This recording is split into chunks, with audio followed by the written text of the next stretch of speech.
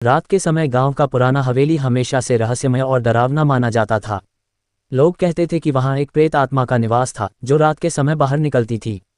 एक रात 3 दोस्त रोहित, सुमन और विक्रम उस हवेली की सच्चाई जानने के लिए वहां गए। हवेली में घुसते ही ठंडक का एहसास हुआ और चारों ओर अजीब सी खामोशी थी।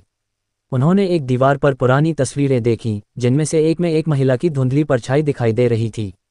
तभी अचानक दरवाजा खुद ब खुद बंद हो गया और एक अजीब सी आवाज हवेली के अंदर गूंजने लगी। विक्रम ने साहस दिखाते हुए आगे बढ़कर आवाज की दिशा में देखा। वहां एक पुरानी सीढ़ी थी जो तहखाने की ओर जाती थी। वे तीनों धीरे धीरे सीढ़ियों से नीचे उतरे। तहखाने में एक पुरानी तिजोरी थी। रोहित ने तिजोरी खोलने की कोशिश की, लेकिन तिजोरी का दरवाजा जंग लगा हुआ था।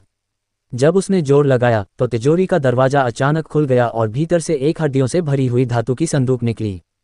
तभी एक ठंडी हवा का झोंका आया और उनकी आंखों के सामने वह धुंधली परछाई उभर आई। वह महिला की आत्मा थी जो सदियों से वहां कैद थी।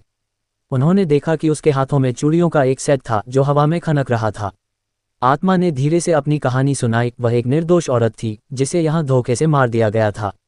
उसकी आत्मा तभी मुक्त होगी जब उसके कातिल का नाम उजागर होगा। अचानक हवेली की दीवारों पर खून से लिखा हुआ एक नाम उभर आया और देखते ही देखते हवेली में तेज चीखों की आवाज गूंजने लगी।